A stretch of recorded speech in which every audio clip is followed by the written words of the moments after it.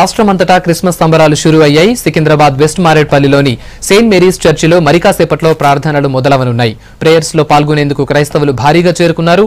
అక్కడి సందడిని మా ప్రతినిధి కావ్య అందిస్తారు. దయ, కరుణ, దాంతో పాటు శాంతి, ఇవే జీవిత సారంగా జీవితం జీవించిన ఆ యేసు ప్రభు జన్మదిన వేడుకలు ఘనంగా జరుగుతున్నాయి. హైదరాబాద్ మొత్తం కూడా క్రిస్మస్ పండుగ వేడుకలు కన్నుల పండుగగా జరుగుతున్నాయి. ప్రస్తుతం మనం హైదరాబాద్ దగ్గర ఉండే సికింద్రాబాద్ లో ఉండే సెయింట్ మేరీస్ చర్చ్ దగ్గర ఉన్నాం. ఇక్కడ చూడొచ్చు, హైదరాబాద్ నగరంలో ఒక పక్క కొనుగోళ్లతో కలకల్లాడుతుంటే మరో పక్క చర్చిలు కూడా అంతే కలకల్లాడుతున్నాయి. ప్రత్యేకమైన విద్యుత్ కాంతుల మధ్య డెకరేషన్స్, దాంతో పాటు అందమైన క్రిస్మస్ ట్రీస్ చాలా అందంగా అలంకరించారు ఈ చర్చ్ లో. ఈ చర్చ్ మనం ఏదైతే ఉన్నామో సెయింట్ మేరీస్ చర్చ్, ఇది చాలా ప్రత్యేకం.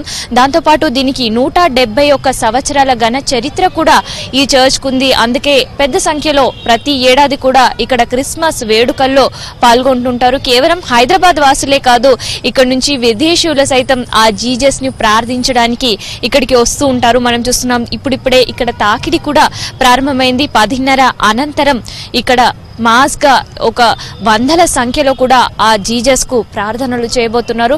ప్రస్తుతం మనం ఇక్కడికి వచ్చే వారితో కూడా మాట్లాడే ప్రయత్నం చేద్దాము. From where you are coming? The UK. Every year would you like to come here? No, we're staying near Chennai. We're just here for Christmas.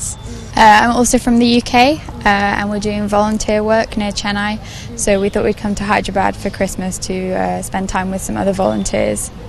Saint Mary's church మనం చూసినట్టయితే చాలా అందంగా అలంకరించారు. ఒక పక్క మనం చర్చ్ చూస్తే పూర్తిగా కూడా ఒక రంగుల స్టార్స్ తో పాటు విద్యుత్ అలంకరణ మధ్య పూర్తిగా చర్చ్ కలకల్లాడుతుంది. దాంతో పాటు చర్చ్ కి మనం కుడివైపున చూసినట్టయితే ప్రత్యేకమైన విగ్రహం, ఇది హైదరాబాద్ లోనే చాలా ఎత్తైన విగ్రహం. మేరీమాత ఒడిలో ఆ జీజస్ పడుకొనుండే విగ్రహం మనం చూడొచ్చు. చాలా ఎత్తైన విగ్రహం. ఇది కేవలం హైదరాబాద్ కే కాదు, ఈ church K centre of attraction గా కూడా ఉంది. దాంతో పాటు ఒక పక్క చర్చ్ కి మనం కుడివైపున చూసినట్టయితే కన్స్కమ్మ జీజస్ గురించి ఏమి తెలియని వాళ్ళు ఈ చర్చ్ లో ఎప్పుడైతే అడుగు పెడతారో ఆ జీజస్ జీవిత చరిత్రను కూడా తెలుసుకునేలా ప్రత్యేకంగా బొమ్మల రూపంలో చిన్నపిల్లల నుంచి పెద్దల వరకు కూడా తెలుసుకునేలా ఒక ప్రత్యేకమైన ఏర్పాట్లు కూడా ఇక్కడ చేస్తారని చెప్పొచ్చు. పూర్తిగా ఈ చర్చ్ ఇవాళ విద్యుత్ కాంతుల మధ్య వెలిగిపోతుంది. మరి కాసేపట్లో కూడా ప్రార్థనలతో కూడా మారుమ్రోగిపోయే పరిస్థితి మనం చూడొచ్చు. ఒక పక్క మనం చూస్తున్నాం, ఇక్కడ ఇప్పుడిప్పుడే అంటే ఈ చర్చ్ తో సెంటిమెంట్ ఉన్న వాళ్ళు ప్రతి ఏడాది కూడా ఇక్కడికే వచ్చి ప్రార్థనలు నిర్వహిస్తూ ఉంటారు. మనం చూసినట్టయితే చిన్నపిల్లల్ని సైతం తీసుకొని ప్రార్థనల కోసం వచ్చిన వాళ్ళు కూడా ఉన్నారు. మనం వారితో మాట్లాడే ప్రయత్నం చేద్దాం. ఒక చర్చ్ కూడా ఒక ప్రత్యేకంగా కనిపిస్తుంది. దాంతో పాటు అసలు ఏం తెలియని వాళ్ళు కూడా వచ్చిన వెంటనే ఒక బొమ్మల రూపంలో ఉండే జీజస్ అవన్నీ ఎలా అనిపిస్తుంటాయి? ఇవన్నీ చూస్తే చాలా బాగా అనిపిస్తుంది. అంటే ఇక్కడ చాలా చర్చెస్ ఉన్నాయి కదా, ఈ చర్చ్ తో మీకున్న సెంటిమెంట్స్ ఏంటి? అంటే మేము చిన్నప్పటి నుంచి ఇక్కడికి వస్తామన్నమాట. సో అట్లా అలవాటు అయిపోయింది మాకు ఈ చర్చ్కి రావడము.